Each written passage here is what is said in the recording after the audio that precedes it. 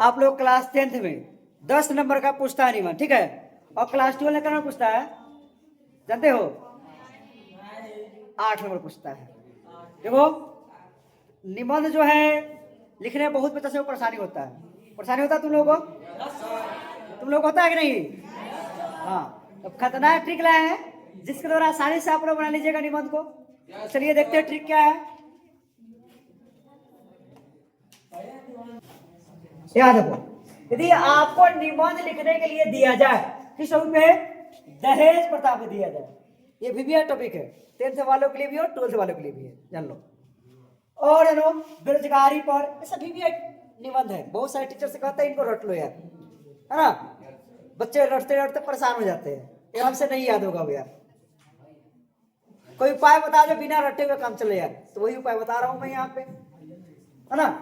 भ्रष्टाचार हो, नशाखोरी की समस्या हो, बाल श्रम हो, बाल विवाह हो, विधवा विवाह हो, जनसंख्या वृद्धि हो, गरीबी हो, महिला सशक्तिकरण हो, पर्यावरण प्रदूषण हो, या आतंकवाद हो, या कन्या भ्रूण हत्या हो, या महंगाई हो, शिक्षा हो, स्वच्छता की समस्या हो, जातिवाद हो, छुआछूत हो, सोशल मीडिया का सब दुरुपयोग हो, ग्रामीण पलायन हो, सड़क दुर्घटना हो, अपराध वृद्धि हो, कोई भी समस्या वाला से संबंधित निबंध आए ये सब तो आप आसानी से लिख पाइएगा। देखो इसमें आपका दहेज प्रथा भी है, बेरोजगारी इंपोर्टेंट है, भ्रष्टाचार इंपोर्टेंट है, और आपका जनसंख्या वृद्धि भी इंपोर्टेंट है, आपका महिला सशक्तिकरण भी इंपोर्टेंट है, आपका है आतंकवाद इंपोर्टेंट है, महंगाई भी इंपोर्टेंट है। तो इन सभी पे कैसे लिखिएगा निबंध आसानी से, देखिए आप लोग। देखिए निबंध का शुरुआत हम लोग किसे करते हैं? भूमिका या परिचय से करते हैं। तो पहला पैराग्राफ में आपको किस शुरू करना है? भूमिका या परिचय से। भूमिका या परिचय जो पॉइंट्स है उनको लिखिएगा ब्लैक से, और उसमें डैश देंगे, किसे लिखिएगा आप लोग? ब्लू पेन से लिखिएगा, ठीक है। जो भूमिका है, जो परिचय है, देखो क्या इसमें है? आज हमारे समाज में कई तरह की समस्याएं हैं, इन्हीं में से डैड समस्या एक बड़ी सामाजिक समस्या है। इस समस्या की वजह से आम लोगों की जिंदगी पर बुरा असर पड़ रहा है और समाज भी पीछे रह जाता है। तो आपको भ्रष्टाचार में पूछेगा तो भ्रष्टाचार लिख दीजिएगा यहाँ पे, ठीक। आपको दहेज प्रथा पर दहेज प्रथा लिख दीजिएगा यहाँ पर। आपका मतलब इसमें से कोनो टॉपिक पर पूछे आपको क्या करना है यहाँ पर? बस उस वाले टॉपिक में जो जिस टॉपिक लिख रहे हैं उस वाले को यहाँ पर लिख देना। जब भ्रष्टाचार था तो भ्रष्टाचार वाले लिख दिया यहाँ पे, ठीक है, हो गया। और शिक्षा तो शिक्षा वाला लिख दिया क्या। और देखो दूसरा, देखो वर्तमान स्थिति, क्या देखो डैड समस्या एक सामाजिक समस्या है, किस पे लिख रहे हैं? भ्रष्टाचार पे, भ्रष्टाचार लिख दो, ठीक। एक सामाजिक समस्या है जो हमारे समाज में लंबे समय से चल रही है। जो पैटर्न देख रहे हैं इस पैटर्न को लिख देना, जो पॉइंट्स है, जो बात लिखे हम इसको लिख देना आपको, ठीक है। आइए देखिए समस्या के कारण। देखो इस समस्या के अनेक कारण हो सकते हैं, कारण दिया है आपको। उसमें से कुछ पर भी पूछे, किसी भी टॉपिक पर पूछे तो आप कारण लिख दीजिएगा, सबके लिए कॉमन हो जाएगा कारण, ठीक है, ठीक है। और देखो इसका दुष्परिणाम क्या है समस्या का भाई, है ना। इस समस्या के कारण यहाँ पर लिख दीजिएगा भाई भ्रष्टाचार के कारण, या इस समस्या भी चलेगा पूरा आपका। इस समस्या के कारण समाज में अनेक दुष्परिणाम देखने को मिलते हैं। इससे सामाजिक व्यवस्था कमजोर होती है, लोगों का जीवन स्तर गिरता है और देश के विकास में बाधा उत्पन्न होती है। साथ ही नैतिक मूल्यों का ह्रास भी होता है। ये लिख दीजिएगा आप लोग, लिखा जाएगा ना, लिखा जाएगा साहब, क्या देखो। और देखो आगे देखिए समस्या का समाधान, इसके लिए किससे? ब्लू पेन से लिखेगा, इस सबको ब्लैक पेन से लिखेगा, इस जो हाइलाइटेड पॉइंट्स है वही सबको, ठीक है। यहां सुनो इस समस्या का नाम, आपको इस समस्या का जगह जिस समस्या पर लिख रहे हैं आप लोग उस समस्या का नाम लिख दीजिएगा आप लोग, ठीक। या नहीं तो इसी को भी पूरा कॉपी कर सकते हैं आप लोग, चाहे कौन पूछे जो आगे बताया ना उन सभी पर। लास्ट उपसंहार, अंत में यही कहा जा सकता है कि डैड से गंभीर सामाजिक समस्या है भ्रष्टाचार, तो भ्रष्टाचार लिख दीजिएगा। भ्रष्टाचार एक गंभीर सामाजिक समस्या है, लेकिन इसका समाधान संभव है। हमें मिलकर सही सोच, अपनानी होगी और समाज के बेहतर बनाने की कोशिश करनी होगी। समाज बदलेगा तभी देश आगे बढ़ेगा।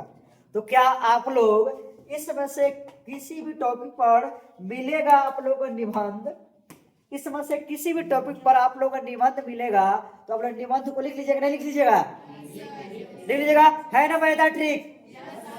हाँ, आप लोगों से बन जाएगा रहेगा। याद रखिए, यदि आप लोगों को कोई भी त्योहार पर पूछ दे आपका निबंध तो कैसे लिखिएगा?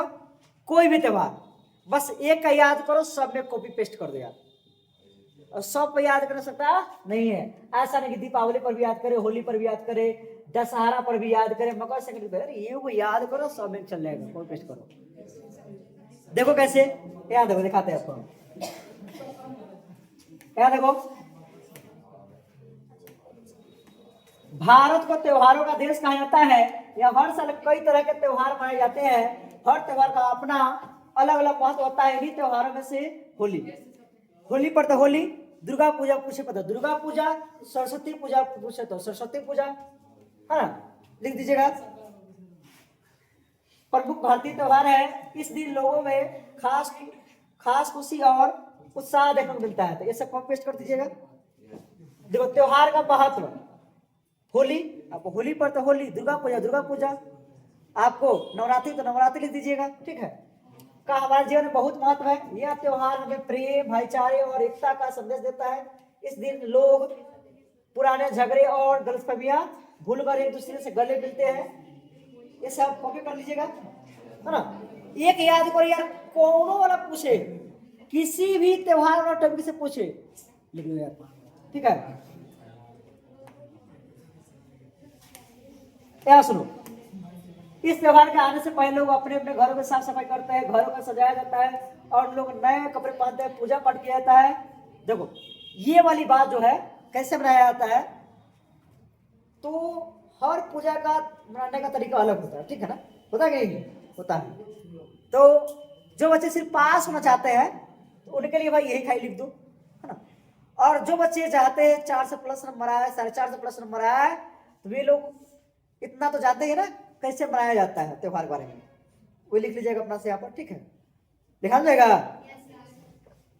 और देखो त्योहार से मिलने वाला सीख, होली का त्योहार, होली है तो होली, जो त्योहार है वो त्योहार का नाम का त्योहार हमें कई अच्छी सीख देता है।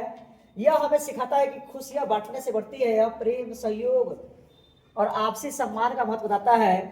इन सब चीज को लिख दीजिएगा आप लोग, ठीक है? लास्ट में क्या लिखा था आपको? संहार लिखाता है या निष्कर्ष लिखाता है? अंत में कहा जा सकता है कि होली एक अच्छा और महत्वपूर्ण त्योहार है। होली रहेगा तो होली, ठीक है? अब होली नहीं, मुझे कोई अन्य त्योहार आएगा तो उस त्योहार का नाम दीजिएगा। यह हमें मिलजुल कर रहने और खुशी बांटने का सीख देता है। हमें इस त्योहार को सादगी और प्रेम के साथ मनाना चाहिए। तो बताओ आप लोग किसी भी त्योहार, भ्रष्टाचार, कोई भी समस्या पर निबंध आएगा तो लिख दीजिएगा, नहीं लिख दीजिएगा?